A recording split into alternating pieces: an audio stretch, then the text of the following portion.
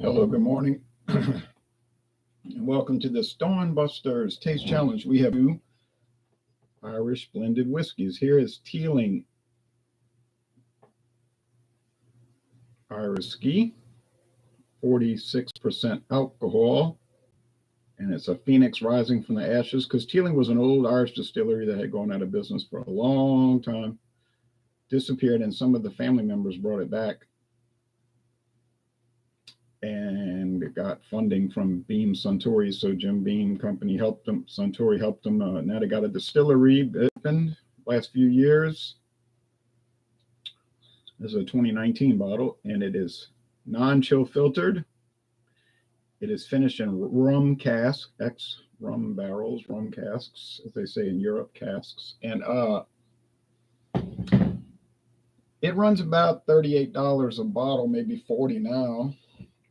I got it at Mathern's on a super sale, $14.99. True story. And my friend David was like, "Man, next time you see that, don't ask me if I want it. Just buy it. I'll pay you the money." I said, "Okay." He said, "I'm going to buy it. I want it." So I learned my lesson on that because he wants it.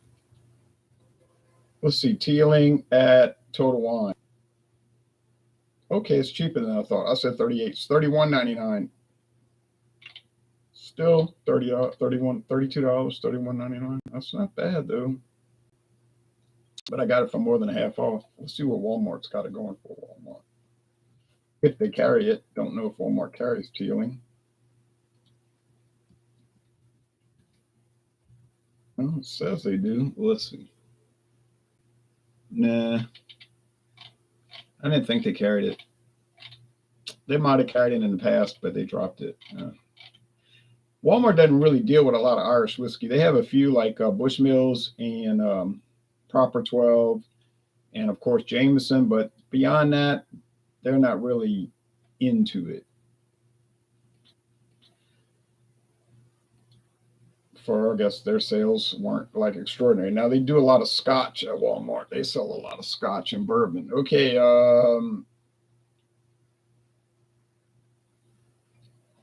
Irish Distillers makes this product. It's a company, Irish Distiller. Jameson Irish Whiskey Caskmates Stout Edition. There's two Caskmates on the market at this time, or I should say so far, because it's the only two they ever made that I'm aware of, but they may come out with some new ones. This is a Asian X stout casks, stout barrels, stout whiskey barrels. This is a half-size bottle, green bottle, half-size. But I'm talking about David. My friend David got it for $4.99, $4.99, $9.98 for Jameson, full-size amount. I mean, yeah. Yes, indeed. What a deal. So, Teeling, real cork. Well, I think it's that particle board cork. I better moisturize it. These corks, they dry rot over time, and I learned the lesson the hard way. They deteriorate. Yeah, it's a real piece of cork. Never mind. It's real cork, as you can see.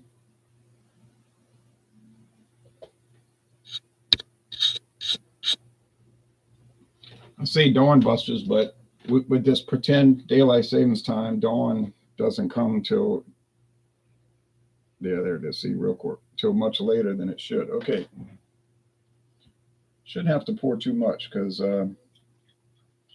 that stout edition, it doesn't make the Jameson taste profoundly different. Okay, it just tweaks it out and it gives it a little twang, a little stout twang. It's hard to even pinpoint what you're tasting, but you could tell it's different. Now they have a twist cap.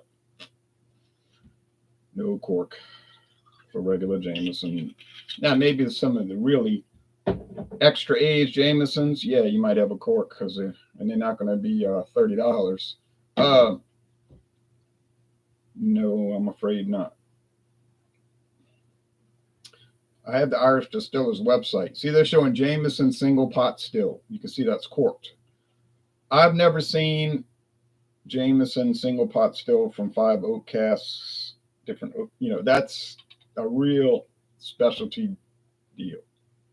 But it could show up around here. We do get some interesting products. What are some of the other brands from? I said some of the other brands from Irish, because I don't think they're showing everything from Irish Distillers. And I know Middleton Distilling does a lot of contract distilling for other people, like Patty's. They don't own it anymore. They sold it to Sazerac. Don't know why that was done, but they did, but they still make the brand. Sazerac owns no Irish distilleries, and doesn't look like they got any interest in owning any. They own a Canadian distillery called, I think it's called Sazerac Canada. There's a specific name for the distillery, but it's in Montreal. And then they own that distillery, that small craft distillery in Virginia. They own Buffalo Trace and other. Okay, so Jameson, Redbreast. You may have heard of Redbreast. I have. I've seen it many times. I've never bought it. Middleton, very rare. They had some at Mathern's, 2022 edition. It was $199. I didn't buy it. They have the spot whiskeys, green spot, red spot, and so forth. Method and Madness. Know nothing about that. Powers. That's a famous old brand. Powers and Napog Castle. Malt Irish whiskey. Okay, all barley malt. Single malt Irish whiskey. So they're getting into the single malts, much like you see that they do with Scotch. Or some of those single malts used in Jameson and Powers. More than likely, that's it. They're just selling a component whiskey. They're using the single malts that they're taking the single malts that they use in the blends, and then they're bottling them. And there's like an 18-year, 16-year age, 12-year age, so forth. They do that with a lot of these products, like Busker is a triple distilled Irish whiskey, but then they sell the components. Busker single grain whiskey, Busker single malt. So they're selling you the whole product, but then for a higher price, you can buy the components. Kind of funny. But they know people will do it, and they do it, and they sell it. But before I ever buy all these specialty things, I'm going to buy the major brands. I want to get Powers, because we all know that's a famous one. And the modern legend is the Proper 12. I'd like to buy that. Now, is it anything great? I couldn't tell you, because I've never had it. Now, I did buy the Jameson Orange. Clearly, they're using orange peels because it's so strong with that flavor. And it's a good flavor. And it's an interesting flavor. And Mathern's had the greatest deal in the world on that. An amazing deal. An almost incomprehensible deal. Like, you can't believe they would have it so cheap. And I didn't want a whole lot of it. I'm not a person that's going to buy a whole bunch of whiskey liqueurs, okay? But to get some bottles, the little tasting bottles of it for 50 cents a piece, I mean, what the heck? And I really enjoyed it. Now, I'm moving on from that. Now, when they had the super sale on Johnny Walker Double Black, couldn't pass that up.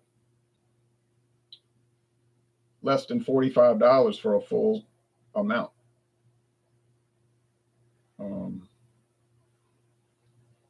You say, well, that's not that great of a deal. I know, but it is a deal. And you save a little bit. But then they had the same price. Now, this is the rub. The same price for the Jameson Gold label. I think it's called Gold something specialty. I have it in the other room. Very honey-like flavor.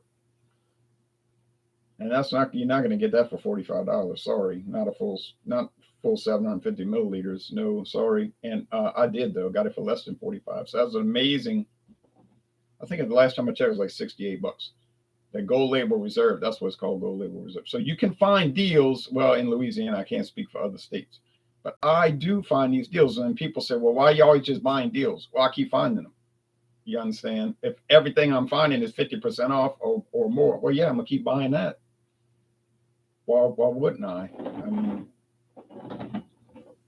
and I'm not saying it to brag, like, oh, look at me, I'm so lucky you don't get these deals. Oh, ha ha, too bad for you. I'm not ever approaching it like that. I'm just saying simply, look, this is the deal I found and it's incredible. And, people shouldn't be jealous and then denigrate. But some people are jealous, very jealous. It's a sickness, really. They'll be jealous of people's cars. They'll say ugly things, and I'm like, they're jealous, or their house or their job. It's like it doesn't end. And envy is a very, very bad thing to have. Okay.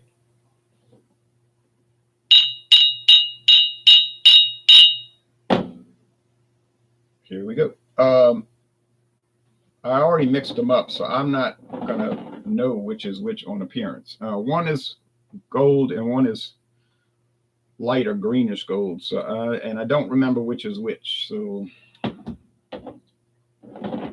that's a good thing because I'm going to guess on aroma and flavor. I don't want to guess.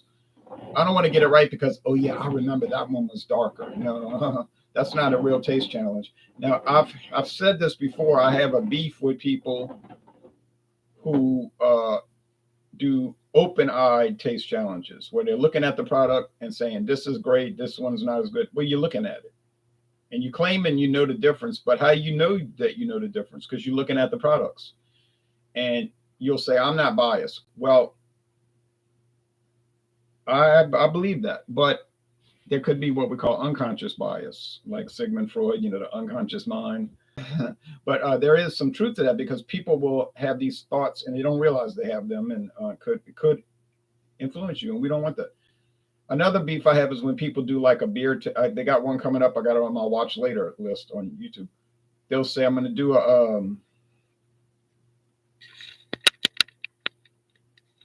do a light beer taste challenge.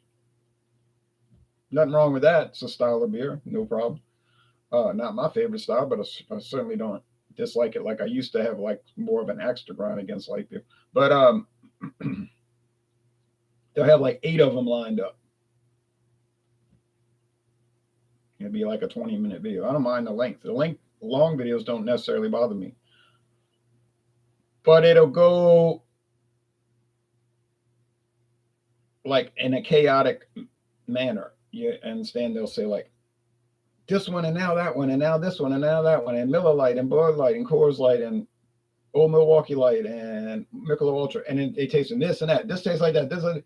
First of all, they don't taste that different one from another. Okay, Michelob Light, whatever. So they're just going on all these different aspects. You can't even follow it in your mind. You're like, I don't even know what I'm listening to. It's just it's too mixed up. And I don't think they're taking the right approach. I think they should take one and do a tournament. Why be in a rush? If they're a lot of these people that do channels, every video you ever watch, what are they saying? Please like, comment, and subscribe. And the main thing, subscribe, watch, and then they'll go on. I got this many subs and all. Okay, fine. Well, if you want more of those and more views, do the tournament.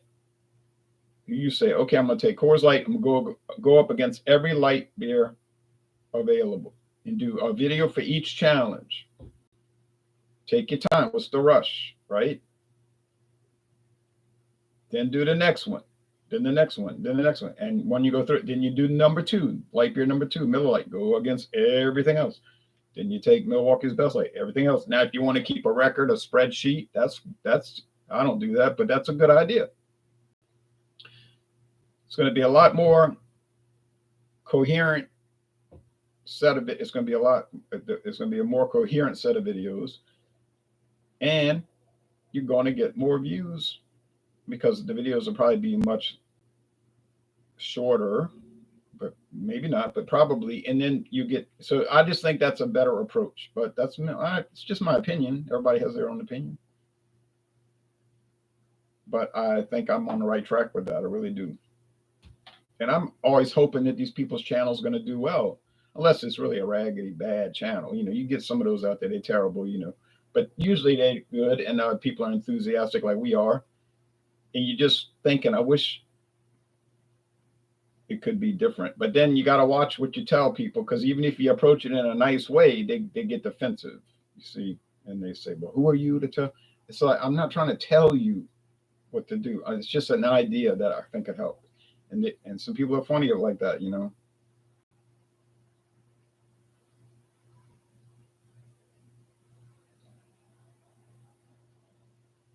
Like Brian Wilson said, they trip through the day and they stay in their safety zones. Their safety zones. Okay.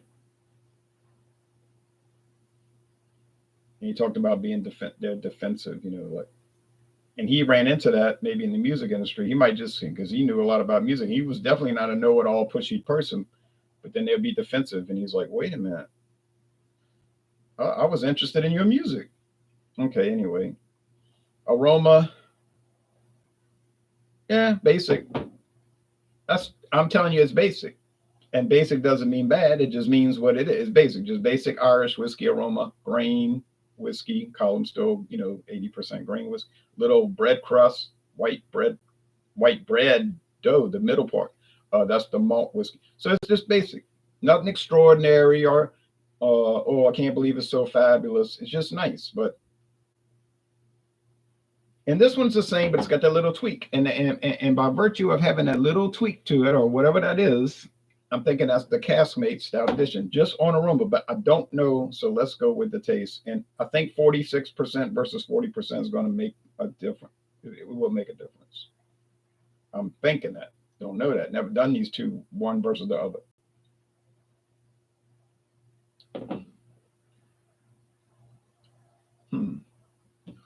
Okay. There's a lot of honey sweetness. They don't add honey. These are not honey liqueurs, but it has that. Interesting. Kind of caught me off guard there. Okay. Certainly do like it.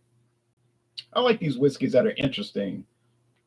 And honestly, most of them are interesting. Most beers are interesting. Most wines are interesting. You see, they have their own little character. And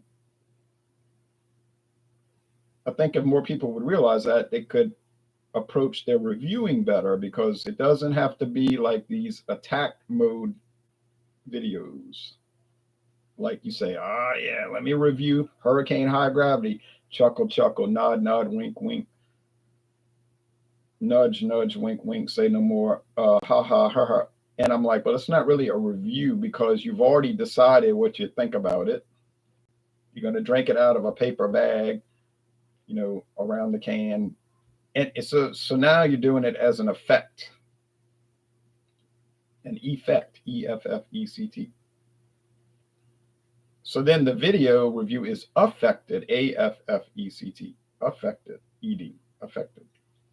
And so it's not really a proper review, because you should be pouring in a glass like all the other ones. You say, well, I did Two Roads, whatever, craft beer from New England. And okay, but so do them all the same. Now they're not going to be the same, but try to be fair about it. And we're going to get the comedy videos. That. April 1st, people are going to make the same old video. It was funny maybe the first 2,000 times. And then it's like, today I'm going to review Bud Light. It's so amazing and all. And it's like, and then they're going to get you at the end with April Fools. Ha, ha, ha. Well, it's like, well, we knew that because you posted it on April Fool's Day, April 1st. And we know your channel. And your channel's all about, oh, here's Hattie Topper, here's Focal Banger, oh, it's amazing. Here's Hot Butcher for the World. And then all of a sudden, here comes a Miller Lite video out of the blue. Not going to work anymore. It's like Candid Camera. After a while, something weird happens. You figure I must be on Candid Camera. And then that's where that series ultimately failed, because it's just everybody started to expect that. Not to mention that the scenarios were so contrived that you just knew it couldn't be right. It was just too fake. I don't know. I hate that. Okay. The These are remarkably similar. And I thought it was going to be a big difference, but I'm shocked.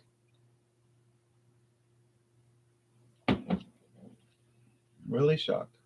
That one seems to have the strength, though. The strength that you would expect from 40% alcohol, or at least that I would expect. Now, so I'm thinking that's the Teeling. 46% is a little bit too high for me. I'll tell you the truth. I'll just be honest. I don't like to pretend like I'm really into high proof stuff because I'm not. And some people have told me, you're not a man. Be a man. I said, well, okay, I'm a mouse. I'm a wimp. Whatever you say. If I like 80%, 80 proof products, 40% alcohol, and that's more in my wheelhouse, as people like to say often, that catchphrase, then that's fine. You're not gonna intimidate me into all of a sudden pretending like I like high proof stuff. That isn't gonna work. Those days are over.